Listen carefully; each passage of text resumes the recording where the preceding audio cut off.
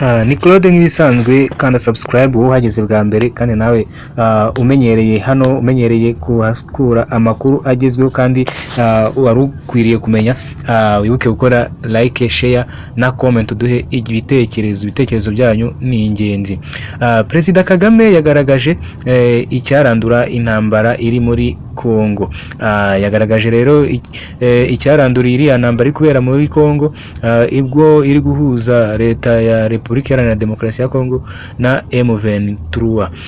Kandi turagaruka tunakomoza rero ku rugendo rwa Teresa Kayikwamba, umuyobozi cyangwa se minisitiri w'ububanyi n'amahanga wa Repubulika Iharanira Demokarasi ya Kongo mu ruzinduko yagiriye mu Burundi, aho yakiriwe n'umuyobozi mukuru w'icyo gihugu Perezida Evariste Ndayishimiye cyangwa se Neva nk'uko bamwe basigaye bamwita.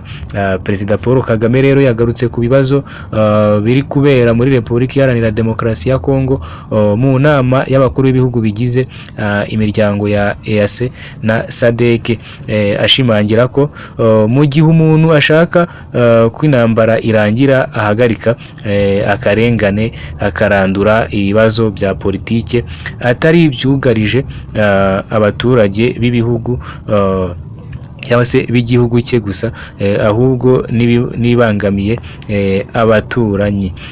Ibi bibazo ibi rero Perezida Paul Kagame w'u Rwanda yabitangaje kuri uyu wa 24 Werurwe 2025 mu nama y'abakuru b'ibihugu bigize umuryango wa Afurika y'Iburasirazuba n'umuryango wa SADC yabaye hifashishijwe ikoranabuhanga. Iyi nama yigaga rero ku bibazo by'umutekano bimaze igihe mu burasirazuba bwa Repubulika Iharanira Demokarasi ya Kongo, ikaba yayobowe n'abayobozi cyangwa se yayobowe n'abayoboye inama y'abakuru b'ibihugu bigize iyo miryango yombi, aribo William Ruto wa Kenya uyoboye EAC na Perezida wa Zimbabwe Emmerson Mnangagwa uyoboye SADC. Ibiro by'umukuru w'igihugu cy'u Rwanda byatangaje ko iyo nama yabaye mu mutuzo, aho abakuru b'ibihugu bashashe inzobe bagatanga umucyo ku bibazo by'ingenzi kandi bakiyemeza ko umuti w'ibibazo biri mu burasirazuba bwa Repubulika Iharanira Demokarasi ya Kongo uzava mu nzira za politike aho kuba mu nzira z'intambara. Nanone kandi iyi nama yashyizeho rero akanama gashinzwe cyangwa se akanama gahuriweho gashinzwe gukurikirana ishyirwa mu bikorwa ry'ibyemezo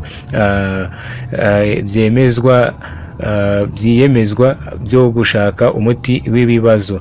Umukuru w'u Rwanda rero cyangwa se umuyobozi mukuru w'u Rwanda His Excellency Perezida Paul Kagame yongeye kugaragaza ko u Rwanda rufite impungenge ku mutekano warwo kandi ko zikwiye gushakirwa umuti nk'uko n'ubundi hari gushakwa umuti w'ibiri kubera muri Kongo.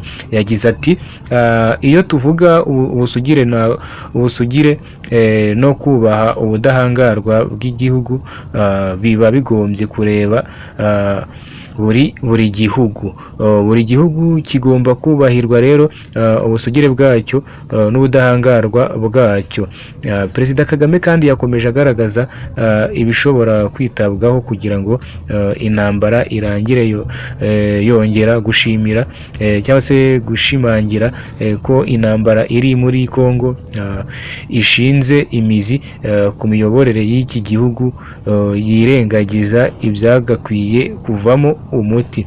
Ati iyo ushaka kurangiza rero intambara ugomba guhagarika akarengane kandi ugomba gushyira iherezo ku bibazo bya politiki atari ku baturage bawe gusa, ahubwo no ku bandi barimo n'abaturanyi bigiraho ingaruka.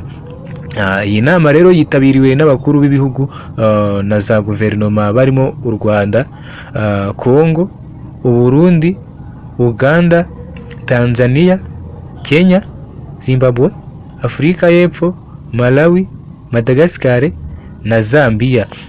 Iyi nama kandi yarangiye ikimara kurangira nibwo twamenyaga andi makuru cyangwa se ikinyamakuru cyitwa umunsi.com gikorera mu karere ka Rubavu yanditse ku nkuru cyangwa se ku rugendo rw'umuyobozi cyangwa se umukuru wa Minisiteri ya Kongo, umuvugizi wayo ariwe witwa Teresa Kayikwamba Wagner, ubwo yasuraga Uburundi akakirwa na perezida w'u Burundi, aho iyo nama yabereye i Bujumbura mu biro bya perezida w'i Burundi. Gusa ibyavugiwemo ntago byatangajwe. Wowe kanda subscribe, umunsi bizatangazwa uzabibonera ku gihe. Ni Claude nk'ibisanzwe, bye bye.